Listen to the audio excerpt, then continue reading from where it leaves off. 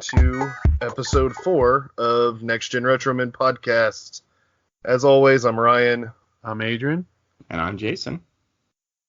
So, we're going to go straight into some news. Adrian brought a lot of stuff to the table.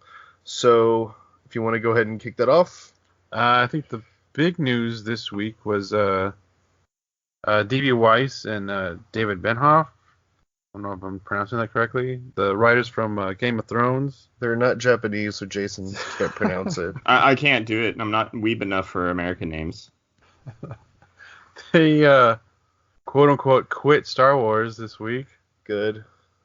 That's like a big kind of controversy. They thought that everyone was like pissed off at them because they blew the end season of Game of Thrones. I know you haven't watched it, right? No, I haven't watched it. Have you seen Game of Thrones, Jason? Oh, yeah. Okay, I didn't think it's as bad as everyone makes it out to be. I don't watch TV. Okay, so I'm going to go in my little rant right now. People want to get so mad at him or at them for the ending of Game of Thrones. It's like they try to write a story off of a story that doesn't exist yet that was kind of probably given to them in like a pamphlet by George R. R. Martin. It's like they probably did the best they could with the Cliff Notes. But I think they wrote it as like Cliff Notes too, because like it was only like 6 episodes long that last season. Yeah, the HBO cut their budget, or only gave them a certain amount of budget. They gave them the same budget that they gave them from like the 5th and 6th and 7th, or however many seasons. Like they gave them the same budget for every season. It's like, okay, well, we have to use the same budget to have this big climactic battle. It's like that's why it has few seasons. I'm just annoyed. Just annoyed that there's not as much titties in this last season. I have no idea. Hey, there really aren't. Now that I think about it, yeah, there's. Yeah, they cut down their titty revenue, and I'm out. Yeah. No, I think they spend it more on like spectacle, and not enough on like story.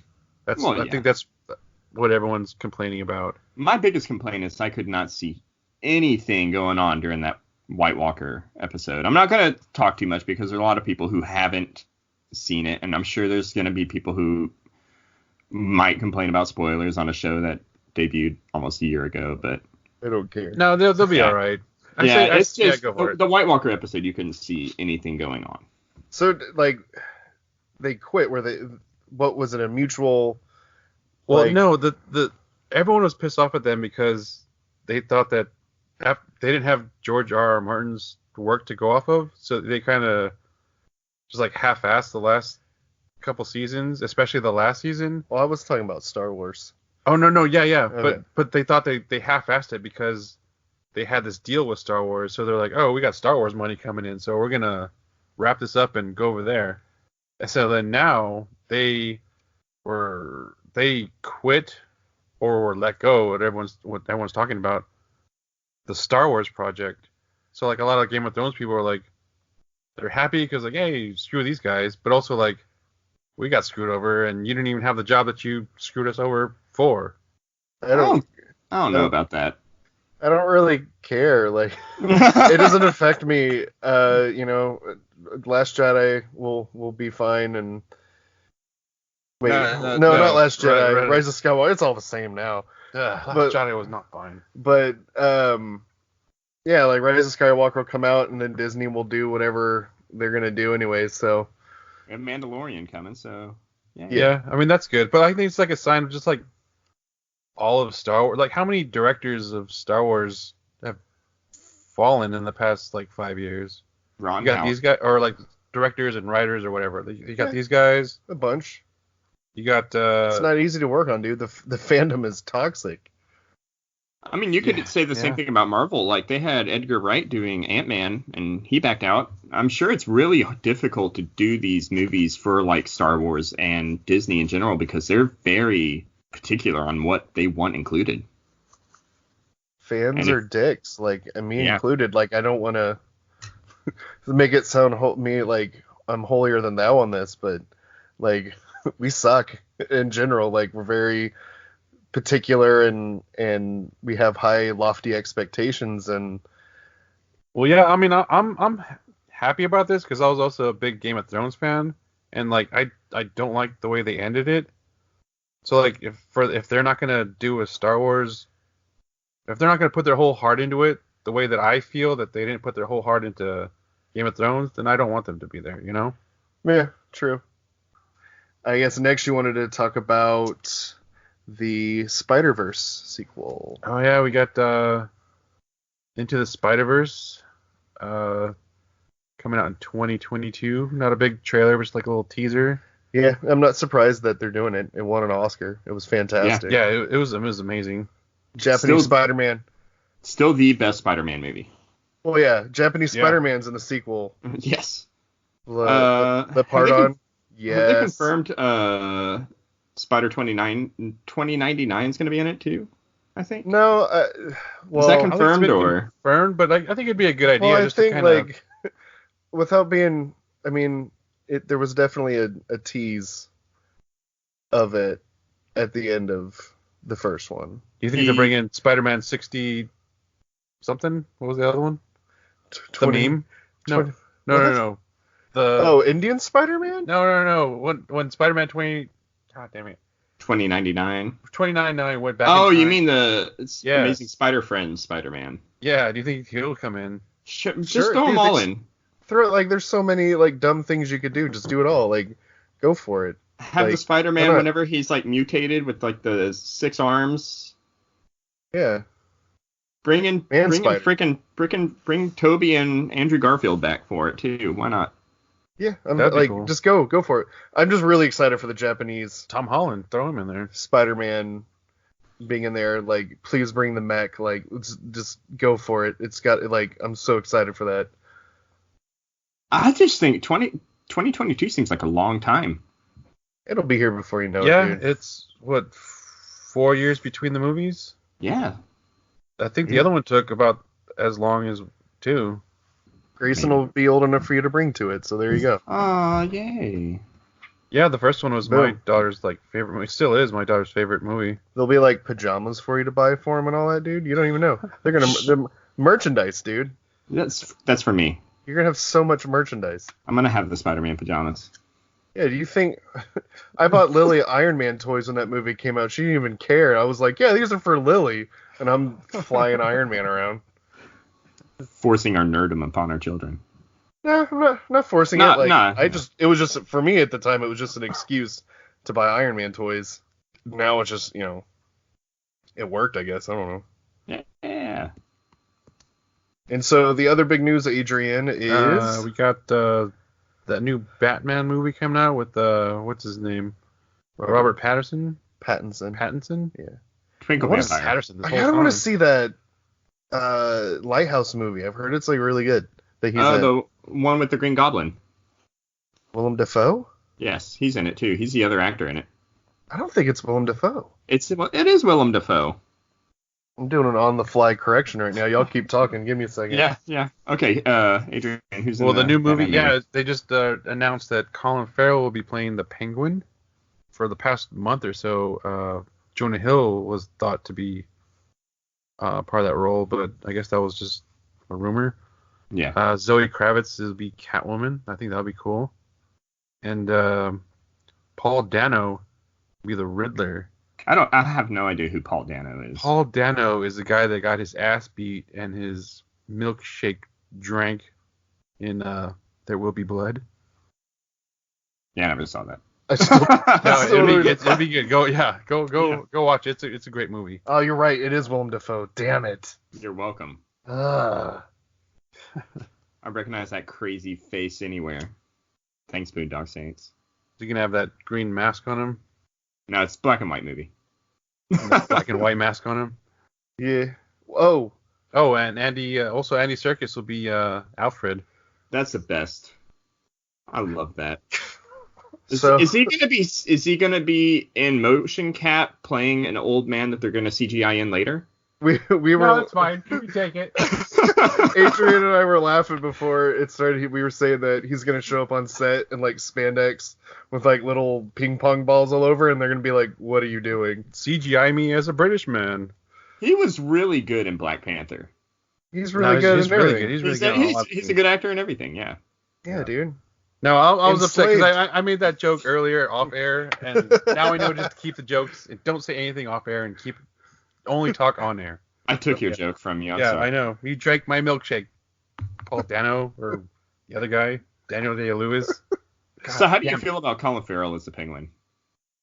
I think it's a total bullseye. Oh, Hey, shit. there it is. I hate you so much. Or a total phone. God, I hate that. No, I think it'll be all right. I think we can step away from the short little fat penguin and turn to, like, Dapper. more, yeah. Like We'll see. from Gotham, I guess. I'm not gonna see this movie, so it doesn't matter. No, I will. Like, I'm a Marvel guy, but like I love Batman. You can hate on me for this, but my fanboying runs so hard. Like I don't know. I'll watch it at some point, but I don't think unless I get dragged to the theater. Oh, I'm dragging your ass to the theater then. Also, I'm more excited like for the Andy Serkis thing. The guy needs more exposure in like everything. He was great and like he did video game, like he did Enslaved, in Heavenly Blade or Heavenly Sword. Heavenly Sword. Sorry, with Ninja Theory, like back in the beginning of the PS3 and kind of that generation. He was awesome in those. He was like, he just needs more exposure. He's kind of like he's Gollum. Yeah, it's kind of very like, underrated. He's awesome. Yeah, like Doug Jones, who does like all the creature, like skinny, creepy creatures in like every movie, deserves more credit. So I'm liking that Andy Serkis is getting these kind of bigger roles and hopefully. I just can't watch Lady in the Water ever again. Or what was not Lady in the Water? What's that one? The fish one. The Shape of Water? Shape of Water. God, I watched that movie. I'm like, Fish Man. Yeah. He was the Silver Surfer though, so let's talk about that. Yeah, no, dude, he's been in everything. Yeah. Like if you go through his IMDb, it's insane. Like he's one of the like most prolific actors, and no one knows what he looks like or who like. He's like the top guy for like CGI ping pong. Yeah, and creatures like suit work. Like he wears like the suits and everything. He was Abe Sapien in like the original like Hellboy movies. Like he's super good. He was the fawn and the scary hand palm guy in Pan's Labyrinth too. Yeah, he's great. Those 8 movies, Planet of the Apes. Mm-hmm. Yeah. Well, that was Andy Serkis. Yeah. Yeah. Like, yeah, I just like that these actors that have brought these non-human performances to life to get more credit. Like, I think there should be an Oscar like award for, that kind of stuff. Yeah, I think like Andy Serkis, I think was nominated for Gollum as Best Actor. Probably Best Supporting Actor. I'm not sure. Yeah. Yeah, like minus the CGI stuff, like just like the acting, like he's playing 2 characters like in his head in those Lord of the Rings movies, and like that was awesome. He's a very good actor. Yes. Anyways, Andy Serkis, you have a seat right here. You're on the good list. Yeah. Scorsese, you're still on the bad list. Coppola blocked us from Facebook too, so thanks, Coppola. Andy Serkis was not nominated for an Oscar for Gollum. No. I bet Scorsese's on that Academy too. Asshole.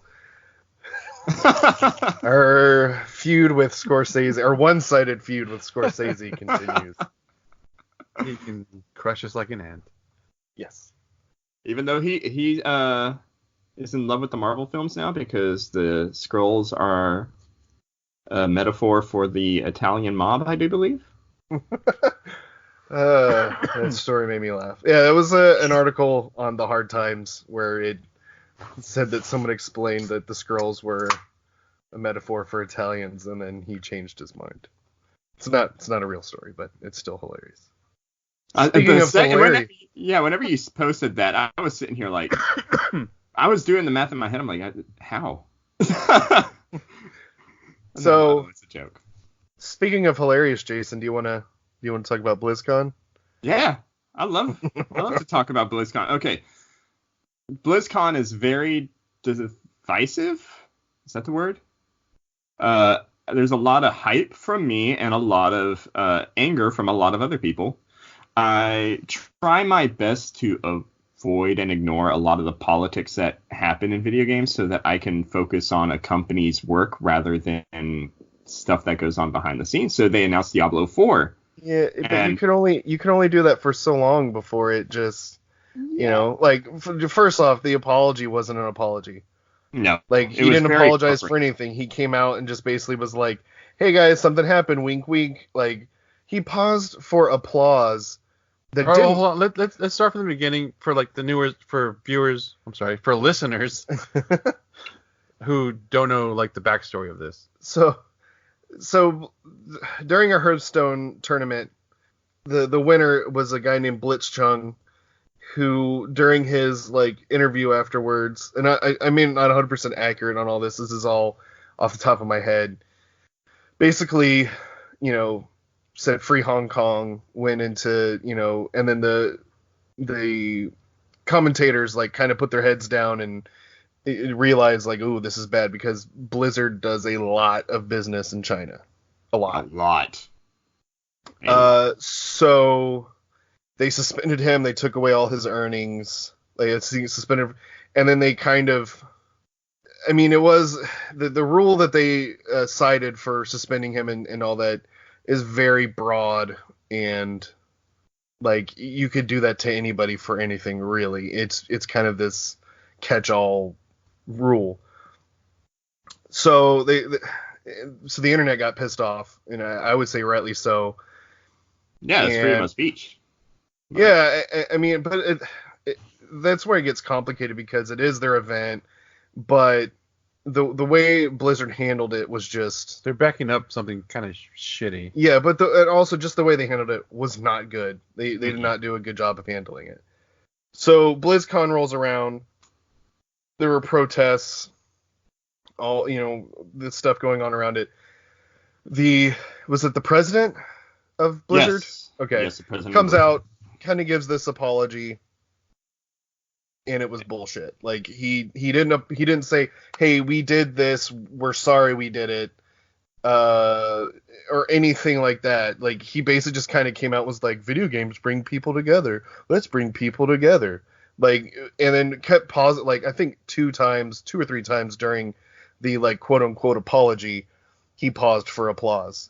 That didn't start right away, and then once he was getting ready to start talking and they finally kind of started. It was just really bad. Like, it was not an apology.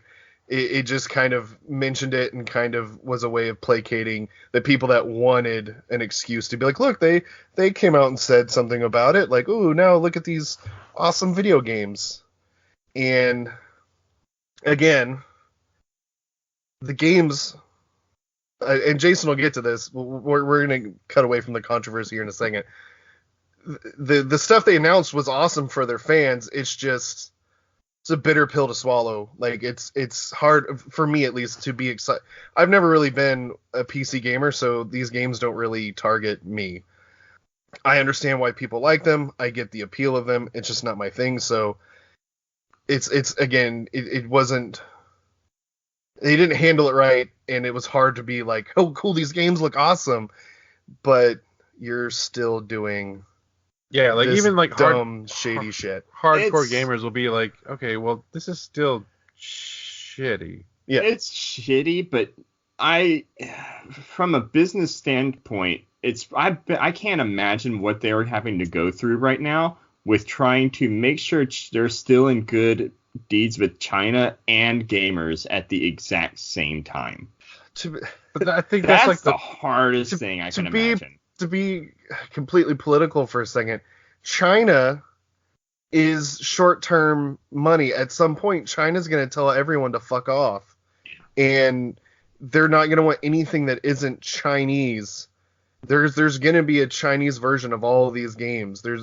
China is going to reel it in and shut everything outside down. So you're doing all these things right now for the short-term monetary gain, when the right thing would be, again, you don't have to 100% slam the door and 180 your stance, but you need to at least show some form of backbone. They just haven't. Oh yeah, for sure. So I agree anyways, with you on that. Yeah, they're putting like profits before like just anything. People. It's human Activision, rights. but Yeah. the S Activision. is a dollar sign. Yeah, it's Activision. That joke. Anyways, Jason, video games were announced. Yeah, Diablo 4 is coming out, guys. That's awesome. Yeah. The cinematic trailer is by far some of the coolest dark goth stuff you could have imagined from Diablo that they haven't really touched on since Diablo 2. Yep. Diablo 3 Diablo 3 I feel like disappointed a lot of people. I still loved it because it was fun when I eventually got to it, but it didn't hold my attention very long. They've added a lot more over time. Diablo 3 was one of those games that came out and it was just trash. It was almost Fallout 76 trash whenever it came out. Because it had the auction house. Error 37, right? Error 37. You couldn't log in, and it was just not good. The drop rates weren't fun because legendaries basically didn't exist, and you were hoping for yellow drops that had what you wanted. Legendaries didn't matter. So whenever they did the Reaper of Souls expansion, they just completely revamped the game, made it more user-friendly, and pulled out that auction house and basically said, look, we want people to just have fun. And ever since that, it's been a great game. Yeah, I didn't get into it until after Reaper of Souls because I jumped in on PS4. Oh, yeah. So. And the PS4 version is by far the best version, too. I can argue with the PC nerds out there, but... Even I was about to say, like, what? No, the PS4 version... I played the PC version, I played the PS4, I played the Switch version. Maybe the PS4 version... is the best. I have a good PC storage. It's not about the graphics. It's about the stuff they've added. Like, the PS4 version has better drop-in, drop-out co-op. It has a mailbox you can actually trade with friends, and there's no trading in the PC version. Oh, yeah. I remember that. And so, if they just added a lot more to the console version. They have a dodge button. That's the kind of thing. But, yeah, Diablo 4 looks good. And they made it open world. Yeah, that's my thing. It's open world and it's always online. All games are always online nowadays. Not all of them. Like a good number of games are always online, and they didn't say that you have to have online in order to play it. Yeah, you do. Is that like a? You do. Okay. There's no offline. Do you think that's version. like killing? No, it's not killing it. It's just. I mean, it's same. Like there's like the casual gamer who like I just want to relax for a second and play this game, but like you jump online and then like no, I'm saying we're gonna touch on that a little bit later. Yeah. Okay. Yeah.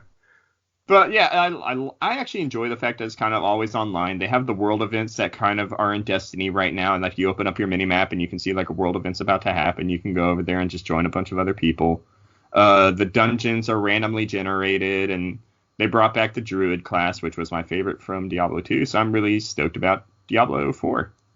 Like, this is the thing. Like, I will probably end up playing Diablo 4, but I will be a late adopter. Like, I won't be there anywhere near launch. Oh, yeah, wait for the first expansion or whatever it is.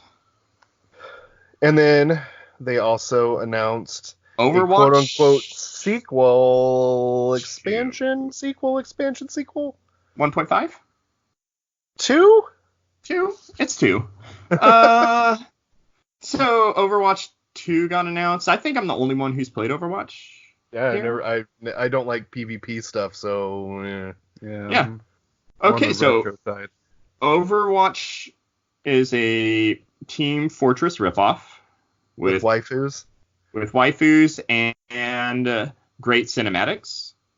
Yeah, I will say this. I have kept up with Overwatch just through the character, like, announcement and cinematics and backstory trailers, like the Bastion one and those things. Like, I only know about Overwatch literally because I watch those. I've never played it. And I will say this about BlizzCon and what they showed. The gameplay stuff wasn't, really anything that impressed me.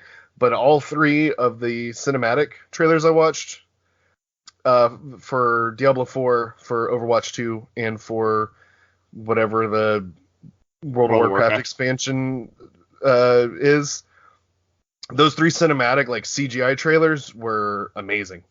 Like they were great. Like I thoroughly enjoyed all 3 of those. That was the best thing I thought they did all weekend during BlizzCon.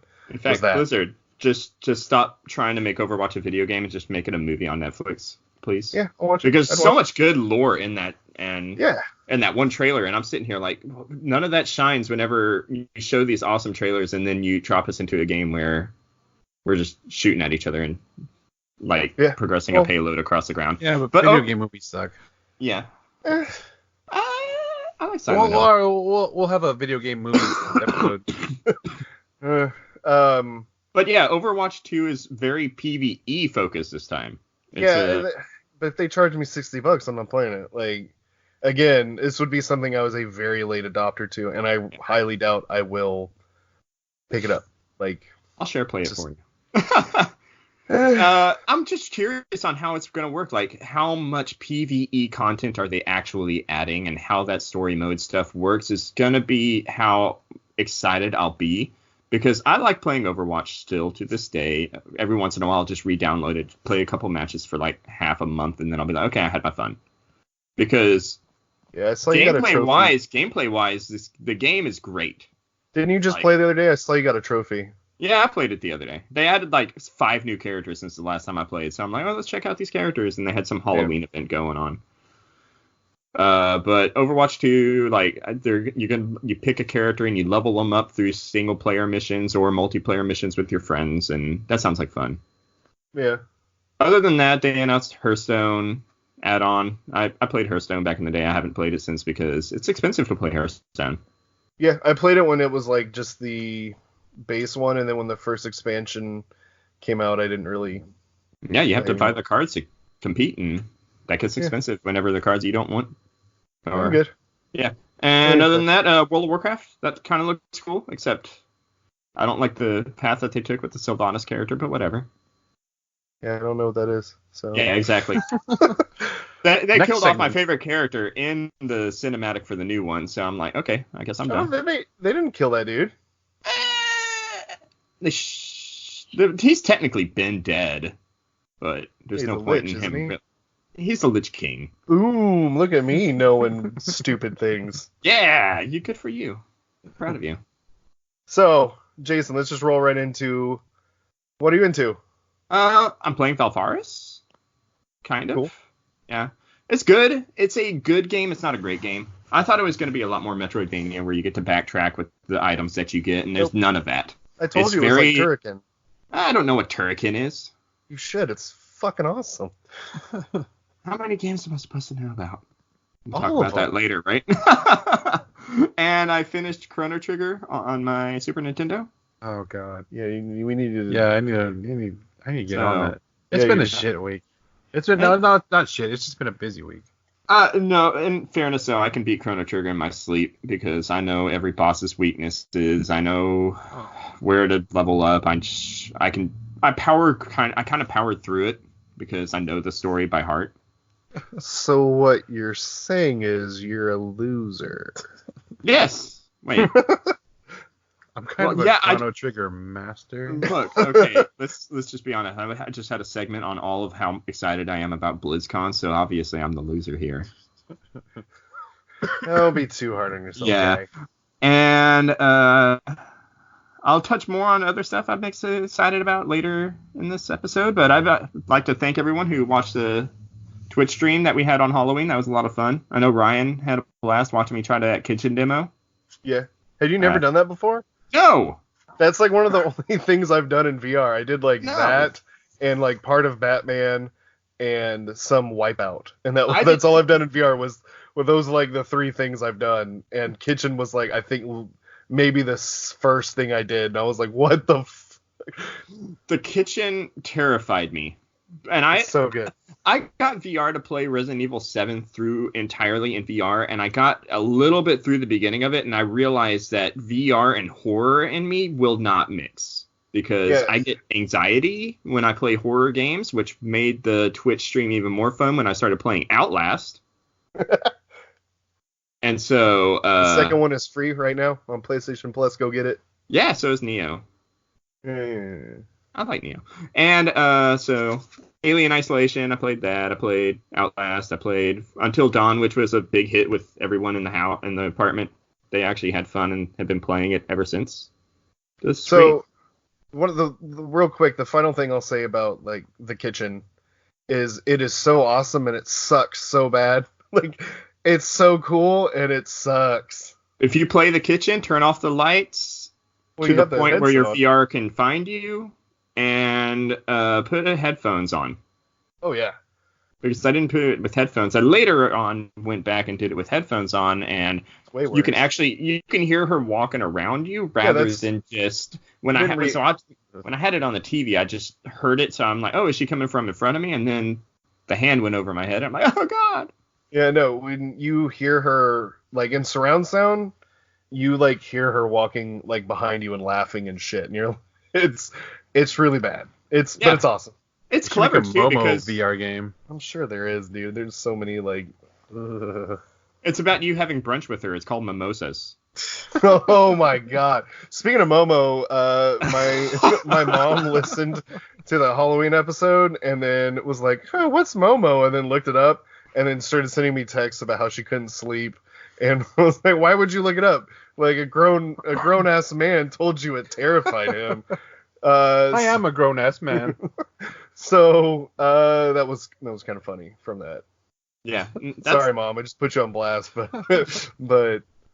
that's the fear will subside, but the scars will remain. Always. Adrian, what have you been into? This past week has just been just busy. You're an adult? Yeah. Okay, there it is. A lot of adulting. So I went to Uvalde and saw my brother-in-law coach. He's a high school coach over there. He's pretty nerdy. He's super nerdy. He goes to Comic-Con every year. In San Diego. Yeah, the real one. Very jealous. He won their homecoming game. Hell yeah. That was a lot of fun. Hung out there with the family. Came back. Monday was like a fall fest at my kids' school. So we went to a little kiddie park by the zoo, the roller coasters and rides and all that. So yeah, all that. Our washing machine screwed up, so I was doing that on Tuesday. There's still all the car curse has moved to like a house curse. I just think we're adults and shit happens. I don't think it's a curse. I know it's a curse. I think that's my check engine light came on, and I'm like, oh gosh, dang it, the car curse. And it's like, I think that's just something that happens with cars. If you ignore it long enough, it just turns off. Yeah, I actually bought that little machine you put in to read it. You can just turn them off like that with the machine.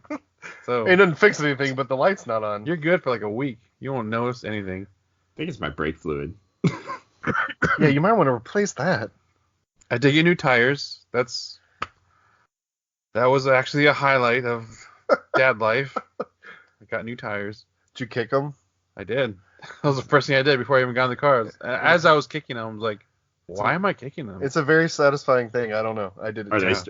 Were they sturdy enough? It was damn good sturdy. It was like kick the tires and light the fires. Yeah. And listeners out there, why do we kick the tire? I want to know this. I mean, that's how you check the pressure in it. That's how you know you're a dad. These tires good? Kick tire. Yeah, they're good. I've never kicked a tire, so I guess I'm not a dad yet. All right. So, I've really only been into one thing this week, and I'm going to go off on a little bit of a tangent for a while here now. Surprise, surprise. The Outer Worlds, I picked it up. I didn't really have enough to get it, so I ended up I did trade in Control just because I kind of went back to try to play that and just wasn't feeling it. It's something I'll probably get back to at some point. And I also won a trivia contest at a work outing that we had. Shout out to the Poverty Princesses that I was a part of. But we won that, so I got a little extra gift card. I was able to pick it up, and I haven't stopped playing it since I got it. It's really, really good. It's basically Fallout without the Bethesda buggy bullshit. I haven't really come across any jankiness or weirdness or anything like that. And the thing I did look at some reviews, but not really a whole lot. I didn't read a whole lot of reviews. I basically just was looking at, is the gunplay serviceable?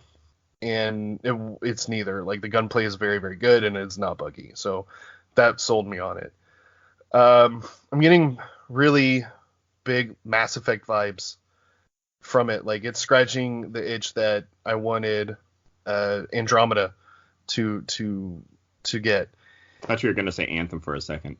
No, Anthem didn't. Less about that, the better.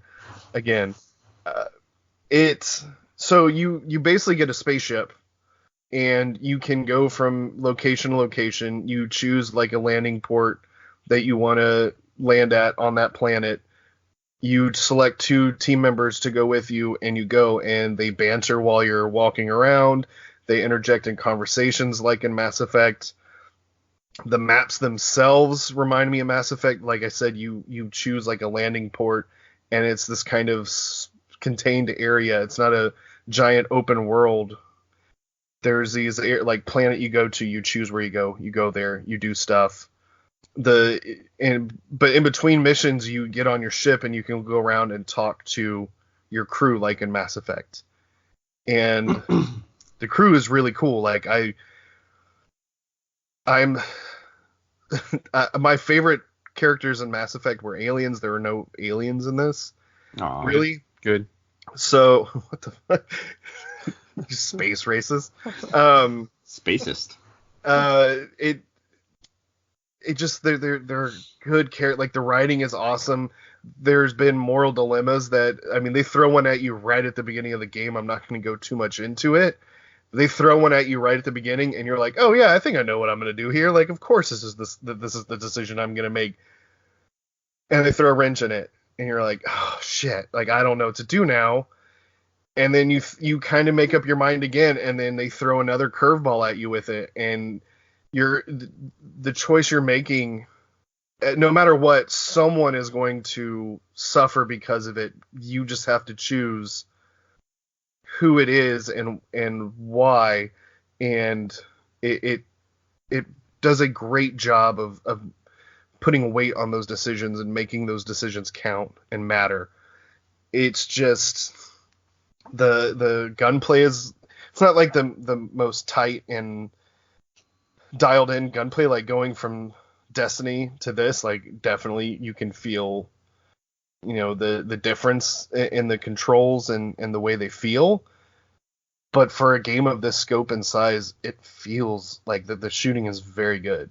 And there's the mechanic. So in Fallout, there's VATS, and this there is TTD. It's tactical time dilation. You slow down time, and as long as you're not walking or shooting or attacking, the time meter goes down really, really slow. So you can just target different points on enemies, and it'll show you, is this going to cripple them? Is it going to weaken them? Is it going to blind them? Like, what is this attack going to do? And then you can shoot and just kind of attack that point, and it'll do more damage and give you those status effects. And so you can kind of slow down combat. You can, your companions. Like, what's that one game for the VR that, like, if you don't move, nothing happens? Super Hot. Yeah, it sounds like Super Hot. Is it kind of like that? I mean, it's very loosely. Okay. I mean, enemies are still coming at you and attacking you and everything. It's just very slowly. It kind of just gives you a chance to stop and be tactical for a minute or a few seconds. I mean, really, it just lets you line up a headshot, and you can. I think I just got a perk too. Like, when I kill an enemy, my next attack is a guaranteed critical. So in that tactical time dilation, if I have a weapon right now, headshot, next one's a critical headshot, next one's a critical headshot, and then I can use my companions' abilities. They each have their own special ability, so it's not as wide and varied as Mass Effect, where some of the Mass Effect games, I guess I should say, where you could choose what abilities they're using. They only have one, but it is a good way to break up the combat and kind of give you a second. All of this is just it's really, really good. I'm not far enough to be able to give it a final like score or anything yet, but I am really, really enjoying it, and I'm loving the design, loving the atmosphere. I've heard it's a lot like Firefly in design. Yeah, there's some things like Firefly. So that got me interested. Yeah, there's like a Western frontier aspect to it. And more than anything, it's like just a corporate hellscape. It's basically these companies flew out all these people to this new like colony that they were going to build, and everything is run by these companies. The people are company property. There's a storyline where they reveal basically someone killed themselves, and since they were company property, they like the colony got in trouble for destruction of company property. So it's basically Blizzard. What? No. No. It's just and it's very like silly and humorous, but there are these moments like that where you're just like, damn, like this is so bleak, and like all the food and health upgrades are like none of it is healthy. Like it's just ultimate corporate capitalist hellscape to like the ultimate degree. They're like one of the main food sources they have. They're called cysty pigs or cyst pigs, and they're these big fat pigs that just have tumors that fall off of them that people eat. Ugh. Like, and they're like you pluck the tumor off of the pig. It's I don't even want to play this anymore. Thanks. It's so it's crazy, but it like that's like it's not like a delicacy, but that's one of the main things people eat there and enjoy. It's called like Borstwurst or something. The game is just, I love the duality of it where it's hilarious and ridiculous, but at the same time it's very like dark and dreary. I love this game. Yeah. I didn't think I would like it as much as I have. And this is going to lead, like I said, I'm going to go on a big tangent here. This is going to lead into kind of my big topic this episode. It's basically like respect my time. Like I like games that respect the time I have to put into it. Like as an adult, an adult dad. Yeah, as a dad, as an adult, a father, a full-time working, parent. Kicking tires. Yeah, kicking tires, all that stuff. It's important. It's harder for me to choose what games I'm going to actually purchase and buy. I was really excited for a really long time about Death Stranding, and then I read some of the reviews, and I kind of looked into the game a little bit more, and I chose not to get it. And it's not a slight against Kojima or the game itself, or it's just I don't feel the game, like I'm not going to enjoy big chunks of that game.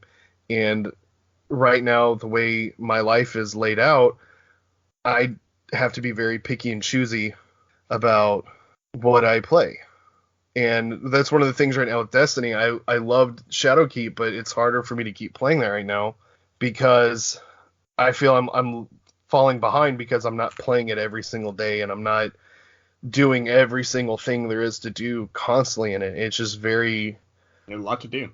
Yeah, and I get the appeal of that, but it just doesn't fit that for me. And one of the things I like with Outer Worlds is it streamlined a lot of those systems that are very time consuming and complex in other RPGs. Yeah, I mentioned this to Grace whenever we were going over the outline. It's like two of my games that I would say are like the best games this generation, which are The Witcher 3 and Red Dead Redemption 2. I think are legitimately great games, but I don't play them because I don't have the time for it. There's just so much to do in it. Well, yeah, like that kind of like with that's why I was kind of worried with Chrono Trigger, because I knew that was gonna be like an in-depth game. Mm-hmm.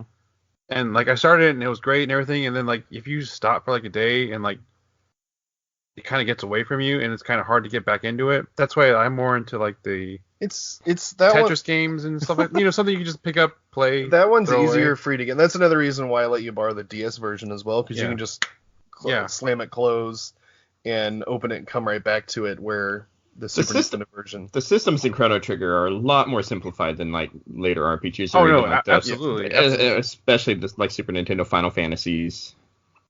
Yeah. Like, yeah. So what I was gonna say, like the final nail in the coffin for me choosing not to get Death Stranding was the comparison to Red Dead Redemption 2.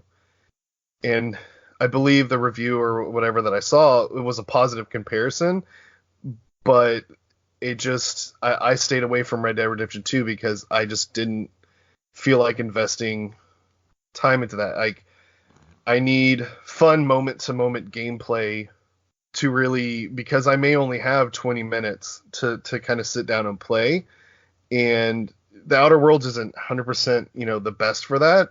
So I haven't been able to play a whole bunch the last like day and a half, which whatever, that's fine. But which is why I started playing Super Mario World 2, which is really good except for the baby crying. Anyways, it just like I need more games to, and I don't think every game needs to do this, but I appreciate games that either have the options. Like I can see why in the Outer Worlds someone would be annoyed that they took out a lot of the real intense fine tuning and character building and things like that. Whereas to me, like it was literally like, oh, I'm gonna put a point in this, I'm gonna put a point in that. Cool. All right, let's go. And then I was on my way and doing stuff. It just. But do you think that? Do you think the whole thing is kind of moving towards to? A lot of gamers are like becoming dads now. I think we're seeing more of that. I honestly do. It just I've had friends complain to me about things like it's just like time consuming, things being like overly simplified, and I don't necessarily think it's a bad thing as long as the game is fun. Well, I don't want it to be like oversimplified, but like something you can like pick up and put down. Like I don't know, Tetris isn't like a simplified game, but like you can play it at your own pace. Yeah, that's why Tetris 99 is so good. All of this stuff. It's just for me, I need to, for where I'm at right now, I need to be able to have a game like more games that are more accessible and less, of a time drain. That's one of the main reasons I don't play like online games, because like first of all, there's people or kids on there that are on there like all the time. So like as soon as I jump on, they got me. Oh, it's just because you suck. Yeah. I'm kidding. But come at me at Tetris after. Fortnite. Tetris 99. Let's go. Oh yeah. I think I've gotten in the top 10 once on that. I got to third. Oof. I know I've gotten. I mean, I think I mentioned something like this in our last episode, where that's kind of why I like fighting games and those MOBAs, is even though they are online and people are way better than me, is because I can play a match of Soul Calibur or 2 in the same amount of time it takes me to go across half the map in a video game to try to get to the next objective. Oh God. I showed Adrian the picture of the Momos. Yeah, you're welcome. I can't believe that was a thing. I'm not surprised at all. It's the internet. It's the funniest thing I've seen all day. Rule 34. I'm sure it exists for Momo. Anyways. Oh. Yes. But yeah, I love fighting games. No, keep talking. I'm gonna look this up. This has been derailed. You're looking at Momo. We're derailing our stuff. Yeah, it's fine. I just know Adrian's about to show me some Momo titties, and I'm just gonna lose my mind. This is your Wi-Fi. I'm on a list now. Yeah, I just like one of my favorite games of all time is Bloodborne. I don't think Bloodborne not necessarily respects my time, but it's definitely like I got to get it back to this lamp, or I got to it's not just I'm done playing. I mean, or you just die and you're like, well, I hope I remember where I died when I come home from work.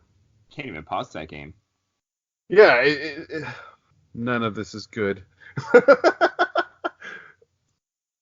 So I'm just I'm thankful for the Outer Worlds and other games that respect my time in a sense, where the moment-to-moment gameplay is very fun.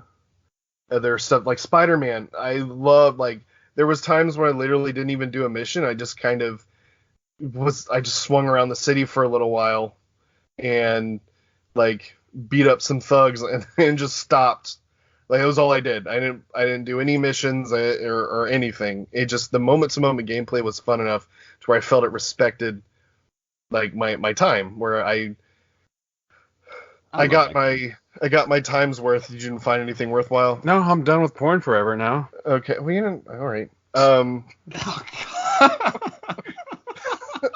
Yeah, I'm scared to death to fucking.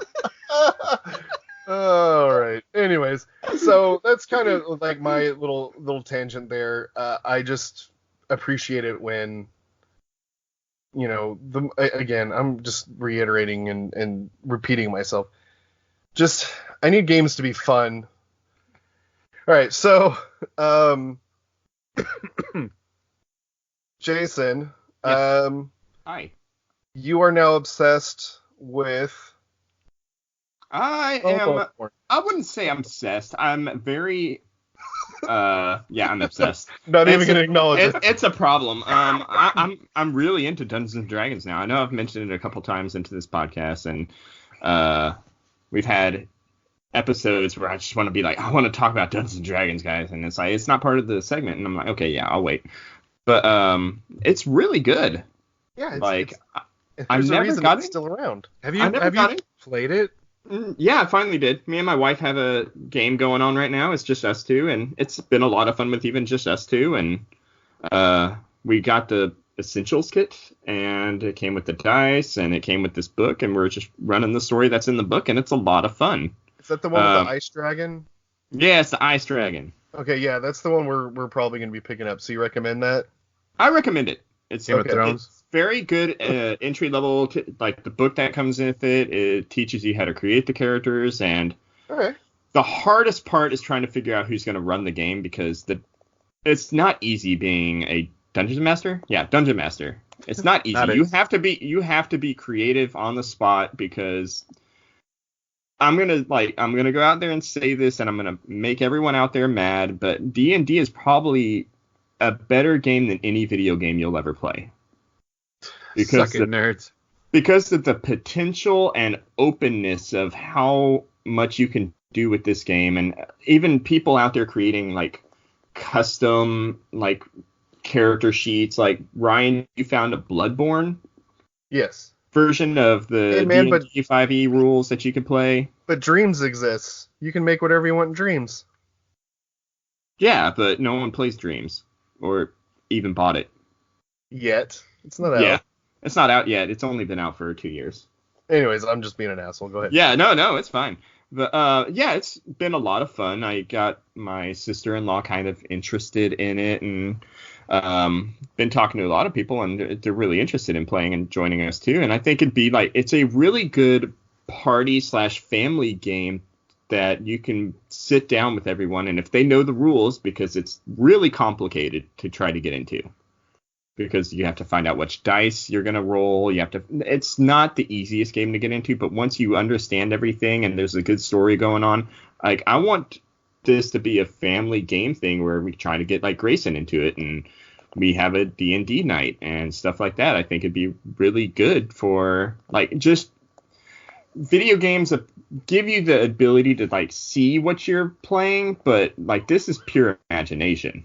And I think that's something that's kind of lacking nowadays because everything's kind of given to us. Yeah, well, D&D is like the basis of any game that has RPG mechanics. Oh, for sure. Like I'm playing D&D and I'm like, oh, hey, this is Skyrim. Oh, hey, this is. Yeah, if there was no D&D, there'd be no like anything. I mean, there's like adventure games and stuff but any game that has like a leveling system, all that kind of stuff is almost always taken from Dungeons and Dragons. And I didn't even know this, but one of my favorite games when I was back like a kid was the Baldur's Gate, and I didn't even know that was D&D.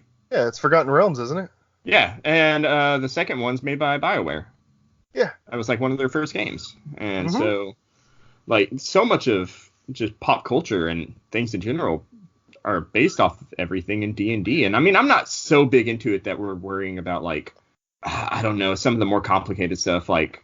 But there's a lot of free resources out there that if you're interested, there's free ways to get into it. You don't even have to buy dice. You could use your phone as like a dice roller, like just Siri roll a d20 or stuff like that. There's like, if you don't want to create the characters, there's apps for that. Like there's a lot of easy ways to get into this and made it a lot less overwhelming whenever I was first getting into. Yeah, I'm down. Like, if you do come down for PAX South, like that's what I want to do. Because there are dedicated tabletop gaming areas at PAX South. Like almost, what was it, like a third of it this year? Huge chunk. The show floor is, where all the vendors and everything is. Like probably more than a third, honestly. Now, yeah. Was just tabletop games. They had their own section. Well, that first year, like half of it was nothing but tabletop games. So you can there's pickup games there where like you can walk up and just join in a game with someone and start playing.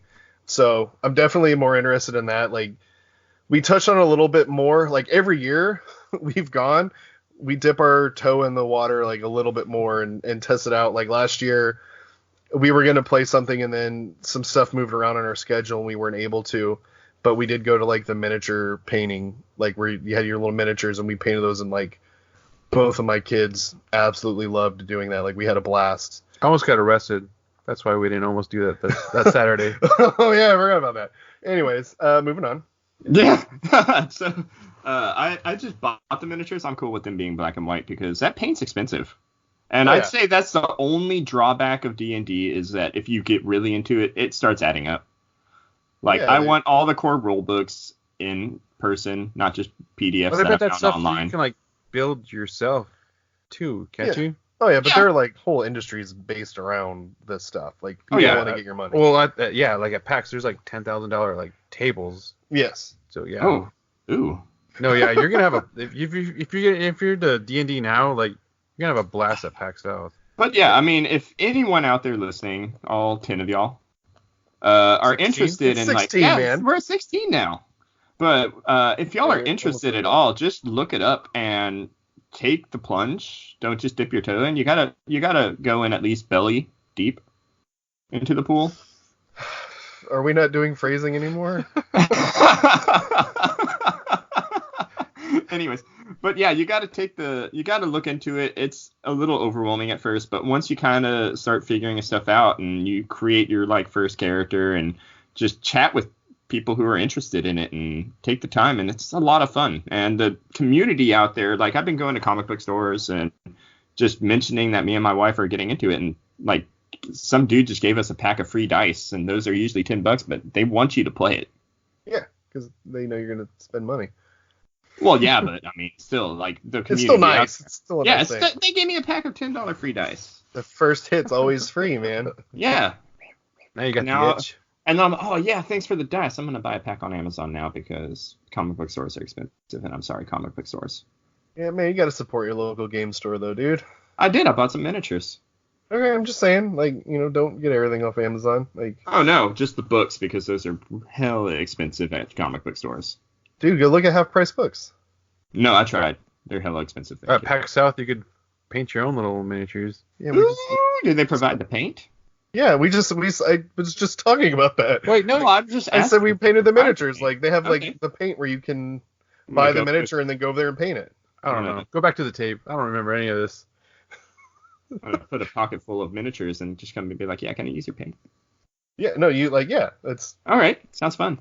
Yeah, no, I already plan on going to PAX South anyways. Me and my I'm wife are talking about making a trip out of it. It's gonna be fun. I'm excited, man. That'd be really great. Yeah, so I was saying, like, Saturday evening, you can come over here. We'll play some D&D or something. Oh, yeah. I'll be your DM any night. Okay. Consent is important, Jason. So that Momo porn. Not to a dungeon master. Oh, okay. Well, this is going different directions. Anyways. Let me unzip my mask and go ahead and say I think that's it. Like, we'll end it on that note. So thank you, everyone, for listening. Please continue to listen, download, like, share, subscribe. Please start leaving us some reviews. That would greatly help us out. We'd really appreciate that. You can find us on nextgenretromen.podbean.com, which is where you're listening to this now. We're still working on getting on other platforms, but Apple's dragging their feet or something. I got to figure that out. Scorsese, asshole. I think Scorsese does have something to do with it. Oh yeah. You can find us. What was it? Next Gen Retro Man on Instagram. Yep. Like the pictures and subscribe. What was it? At Next Gen Retro Man at Twitter. I'm sorry. I'm still all screwed up with that Momo porn. Someone else take over. So yeah, Twitter at Next Gen Retro Man, Instagram Next Gen Retro Man, Facebook.com/Next Gen Retro Man, and we want to give a shout out. You may have noticed we have a new logo. Yeah. Shout out to Sophia Payne, Fluffy Cake Studios. I believe that's it. I asked her. She didn't reply back. But she designed a nice new logo for us.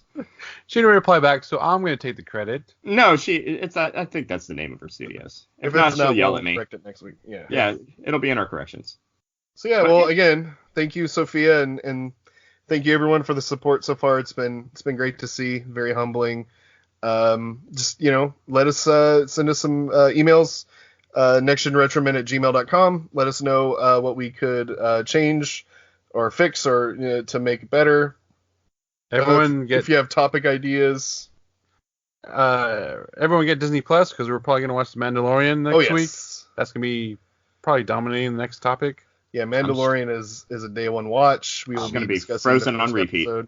Gonna spoil the shit out of it. So yeah. Well, we'll post it a few days afterwards, but please watch The Mandalorian because it's going to be awesome. Not just Frozen on repeat, guys. Let it go, dude. Okay, I hate myself for that. Anyways, let's end it now. Bye. Bye.